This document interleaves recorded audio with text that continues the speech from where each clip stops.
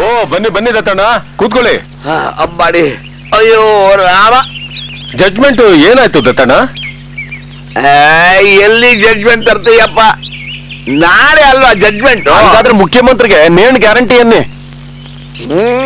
ಆದ್ರೂ ಆಗ್ಬಹುದು, ಆಗದೆ ಇದ್ರೂ ಇರಬಹುದು. ಹಂಗಂದ್ರೆ ಮುಖ್ಯಮಂತ್ರಿ ಬಿಡುಗಡೆ ಆಗ್ಬಿಟ್ರೆ ಸತ್ಯ, ಧರ್ಮ, ನ್ಯಾಯ ಇನ್ನೆಲ್ಲಿ ಉಳಿಯುತ್ತೆ? ಈಗ ಎಲ್ಲಿ ಉಳಿದಿದೆ? ನಮ್ ದೇಶದಲ್ಲಿ ಸತ್ಯ, ಧರ್ಮ, ನ್ಯಾಯ ಎಲ್ಲಿ ಉಳಿದಿದೆ? ಕೆಟ್ಟೆ ನೀನು. ಸತ್ಯಕ್ಕೊಂದ್ಗುಂಡು, ಧರ್ಮಕ್ಕೊಂದ್ಗುಂಡು, ನ್ಯಾಯಕ್ಕೊಂದ್ಗುಂಡು ನಾವೇ ಹೊಡೆದ್ಕೊಳ್ಲಿಲ್ವಾ? ಯಾವಾಗ ಅಂದ್ರೆ 1948 ಇಸ್ವಿ ಜನವರಿ 30ನೇ ತಾರೀಕು.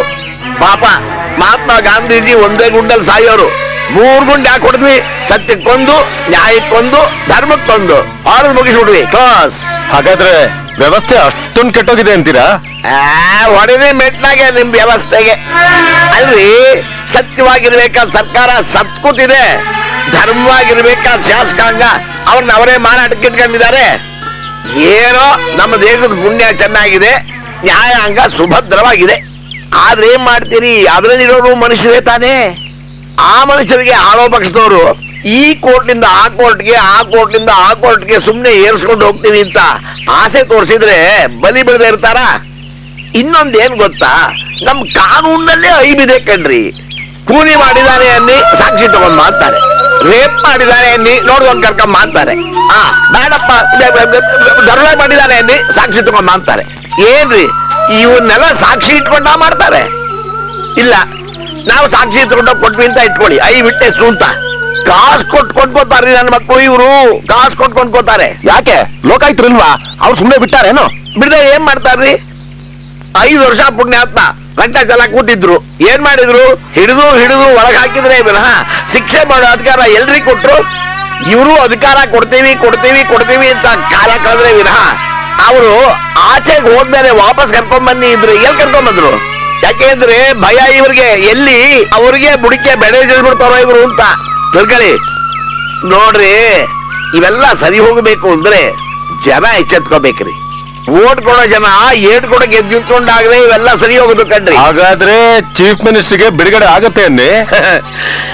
ಬಿಡುಗಡೆ ಆಗಿ ಹೊರಗಡೆ ಬರ್ತಾರೋ ಇಲ್ಲ ಒಳಗಡೆ ಹೋಗ್ತಾರೋ ಆ ದೇವರೊಬ್ಬನಿಗೆ ಗೊತ್ತು. ವಾದ ವಿವಾದಗಳನ್ನು ಪರಿಗಣಿಸಿ ಪ್ರತ್ಯಕ್ಷ ಸಾಕ್ಷ್ಯಾಧಾರಗಳು ಇಲ್ಲದೆ ಇರುವುದರಿಂದ ಈ ನ್ಯಾಯಾಲಯವು ಮಿಸ್ಟರ್ ಜನಾರ್ದನ್ ರಾವ್ ರವರನ್ನು ನಿರಪರಾಧಿ.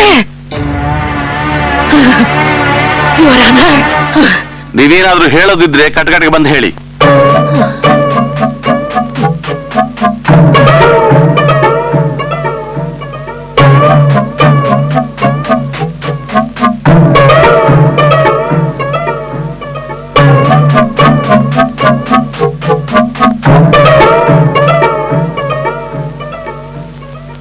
ಯುವರ್ ಆನರ್, ಸ್ವಾತಂತ್ರ್ಯ ಬಂದ ಮೇಲೆ ಜನಸಾಮಾನ್ಯರ ಬದುಕು ಹಸನಾಗತ್ತೆ ಅಂತ ರಾಮರಾಜ್ಯದ ಕನಸು ಕಂಡವಳು.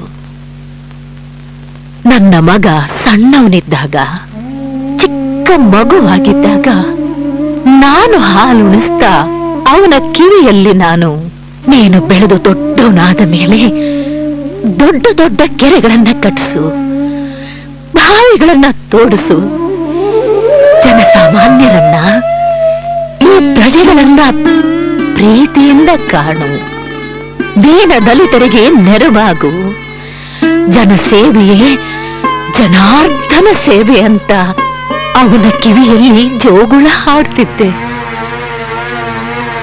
ಇವನು ಈ ರಾಜ್ಯದ ಚುಕ್ಕಾಣಿ ಹಿಡಿದಾಗ ಅಂದು ನಾನು ಹಾಡಿದ ಜೋಗುಳದ ಹಾಡು ಇಂದು ಜನಸಾಮಾನ್ಯರ ಬದುಕಿಗೆ ತಾರಕ ಮಂತ್ರವಾಗುತ್ತೆ ಅಂತ ಭಾವಿಸಿದ್ದೆ.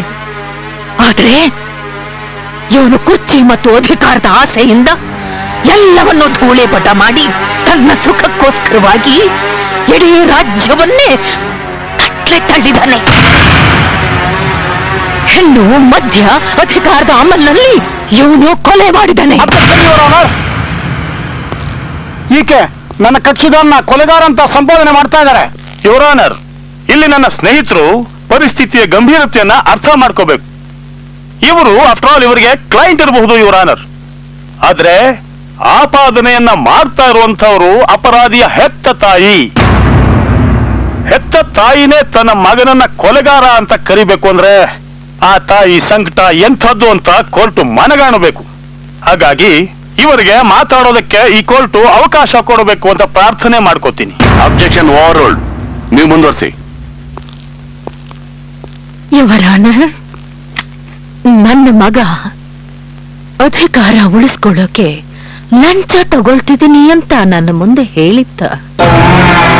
ಆದ್ರೆ ನಾನು ಮಾಡಿದ ಕೊಲೆ ಸಾಬೀತಾದ್ರೆ ತನ್ನ ಅಧಿಕಾರ ಕೈ ತಪ್ಪು ಹೋಗಿ ಜೈಲು ಕಂಬಿ ಎಣಿಸ್ಬೇಕಾಗತ್ತೆ ಅಂತ ತಾನು ಕೊಲೆ ಮಾಡಿದ್ದನ್ನ ನೋಡಿದ ಸಾಕ್ಷಿಯನ್ನು ಇವನು ಕುಳಿಸಿದಾನೆ. ಅದಕ್ಕೆ ಸಾಕ್ಷಿ ಏನು?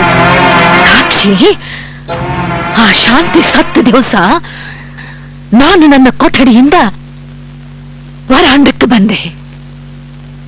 ಆಗ ಸರ್, ನೀವು ಕಳಿಸಿದ ಅಷ್ಟು ಜನ ಸತ್ತು ಹೋದ್ರು ಸರ್. ಅವರೆಲ್ಲ ಸತ್ರ ನನಗೇನಾಗ್ಬೇಕು? ಆ ಐ ವಿಟ್ನೆಸ್ ಶಾಂತಿ ಅವಳು ಸತ್ಲ? ಅವ್ರು ಸತ್ತು ಸರ್. ಮೊದಲೇ ಹೇಳಕ್ಕೇನಯ್ಯ ನಿಂಗೆ? ಸದ್ಯ ಶಾಂತಿ ಸತ್ಲಲ್ಲ. ಈಗ ನನ್ನ ಮನಸ್ಸಿಗೆ ನೆಮ್ಮದಿಸಿ. ಆ ಕೊಲೆ ಬಗ್ಗೆ ಯಾವ ಸಾಕ್ಷಿನೂ ಉಳಿದಿಲ್ಲ. ಅದನ್ನೆಲ್ಲ ಕೇಳಿಸ್ಕೊಂಡು ನಾನು ಅಲ್ಲೇ ಕುಸ್ತು ಬಿದ್ದೆ. ಇಂಥ ಮಗನ್ನ ನಾನು ಹೆತ್ತಿದ್ದು ಅಂತ ಬಿಕ್ಕಿ ಬಿಕ್ಕಿ ಅತ್ತೆ. ಇಂಥ ಭ್ರಷ್ಟನ ಕೈಯಿಂದ ಈ ರಾಜ್ಯದ ಜನತೆಯನ್ನ ಕಾಪಾಡಬೇಕು ಅಂತ ನಾನೇ ಕೋರ್ಟ್ಗೆ ಇವನ ವಿರುದ್ಧವಾಗಿ ಸಾಕ್ಷ್ಯ ಹೇಳಕ್ ಬಂದಿದ್ದೆ. ಯುವರಾನ, ಈ ರಾಜ್ಯದ ಜನತೆಯನ್ನ ಇಂಥ ಭ್ರಷ್ಟನ ಕೈಯಿಂದ ಕಾಪಾಡಿ ಯುವರಾನ. ನೋಡಿಮ್ಮ, ನ್ಯಾಯಾಲಯದ ತೀರ್ಪು ಪ್ರತ್ಯಕ್ಷ ಸಾಕ್ಷಿಗಳ ಆಧಾರದ ಮೇಲೆ ನಿಂತಿರುತ್ತೆ. ಅಪರಾಧಿಗಳನ್ನ ನಿರಪರಾಧಿಗಳು ಅಂತ ಹೇಳೋದು ತಪ್ಪಾಗತ್ತೆ ಯುವರಾನ.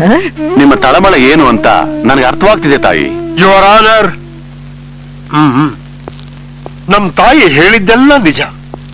ಅದನ್ನ ಸುಳ್ಳು ಅಂತ ಹೇಳಿದ್ರೆ ನಮ್ ತಾಯಿ ಒಪ್ಪೋದಿಲ್ಲ. ಯಾಕೆಂದ್ರೆ ಪಾಪ 6 ತಿಂಗಳಿಂದ ಅವರಿಗೆ ಹುಚ್ಚಿಡಿದಿದೆ.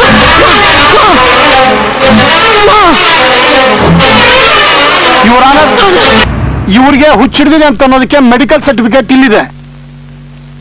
ದಯವಿಟ್ಟು ಎವಿಡೆನ್ಸ್ ಅಂತ ಮಾರ್ಕ್ ಮಾಡ್ಕೋಬೇಕು.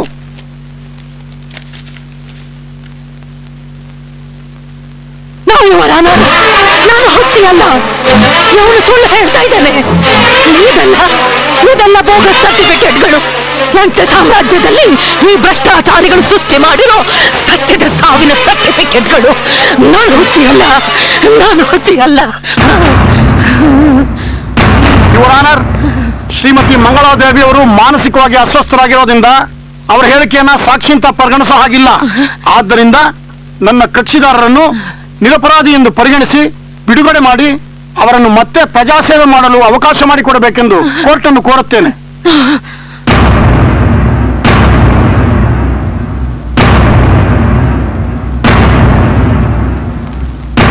ಮಂಗಳಾದೇವಿಯವರು ಮಾನಸಿಕವಾಗಿ ಅಸ್ವಸ್ಥರಾಗಿರುವುದರಿಂದ ಅವರ ಹೇಳಿಕೆಯನ್ನು ಸಾಕ್ಷಿಯಾಗಿ ಪರಿಗಣಿಸಲಾಗುವುದಿಲ್ಲ. ಈ ನ್ಯಾಯಾಲಯವು ಮಾನ್ಯ ಮುಖ್ಯಮಂತ್ರಿಯವರನ್ನು ನಿರಪರಾಧಿ ಎಂದು ಪರಿಗಣಿಸಿ ಖುಲಾಸೆ ಮಾಡುತ್ತದೆ.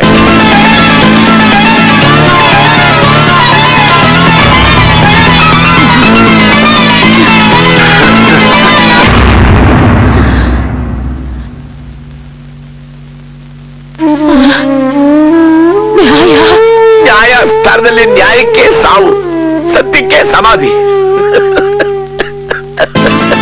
Sir, great victory. Thank you.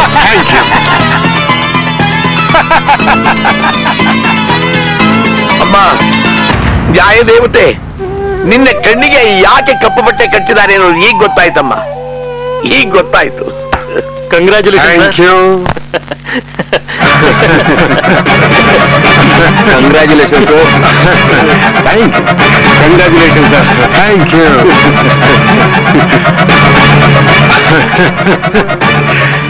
Congratulation sir. Thank you Dalavai. ನಂದಿನಿ ವಿಶ್ವವಿನೋದಿನಿ ನಂದಿನಿ ಗಿರಿವರ ವಿಂಧ್ಯ ಶಿರೋದಿನಿ ವಿಷ್ಣು ವಿಲಾಸಿನಿ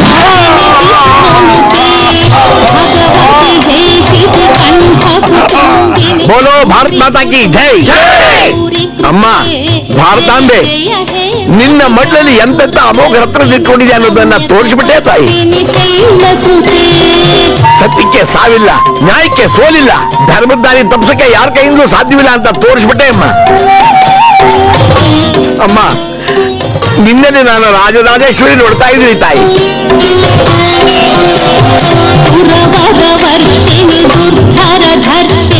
ನಿನ್ನ ರಾಷ್ಟ್ರ ಪ್ರೇಮ ಅಜರಾಮರ, ನಿನ್ನ ತ್ಯಾಗಕ್ಕೆ ಇದು ನನ್ನ ಕೋಟಿ ನಮಸ್ಕಾರ ತಾಯಿ.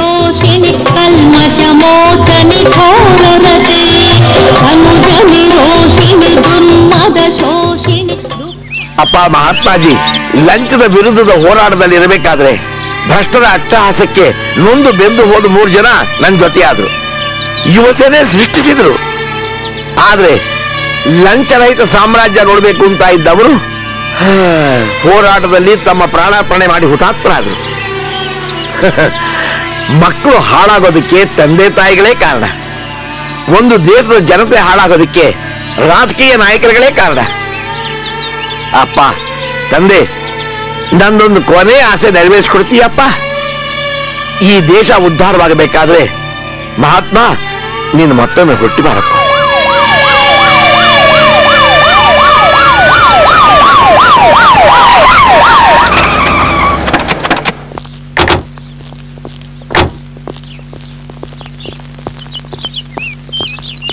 ಸರ್, ದತ್ತು ಸರ್. ಸರ್, ಯಾರಪ್ಪ ನೀವು? ಸರ್, ಬೆಳಿಗ್ಗೆಯಿಂದ ನಿಮ್ಮನ್ನ ಎಲ್ಲೆಲ್ಲೋ ಹುಡುಕಿದ್ವಿ. ಸದ್ಯ ಕೊನೆಗೂ ಸಿಕ್ಕಿದ್ರಲ್ಲ ಸರ್. ಅಯ್ಯೋ ರಾಮ, ಸರ್ಕಾರ ಹುಡುಕುವಂತ ಅಪರಾಧ ನಾನೇನು ಮಾಡಿಲ್ವಲ್ಲ. ಸರ್, ನೀವು ತಪ್ಪು ಮಾಡಿದ್ರಂತ ಯಾರು ಸರ್ ಹೇಳಿದ್ದು?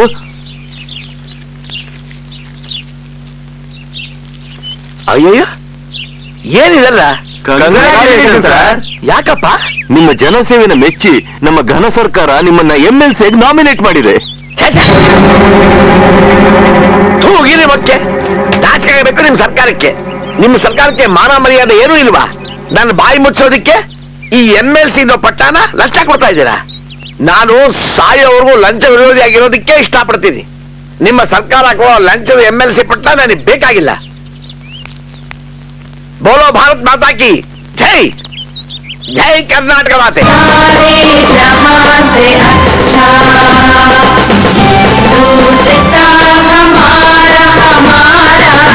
सारे जहां से अच्छा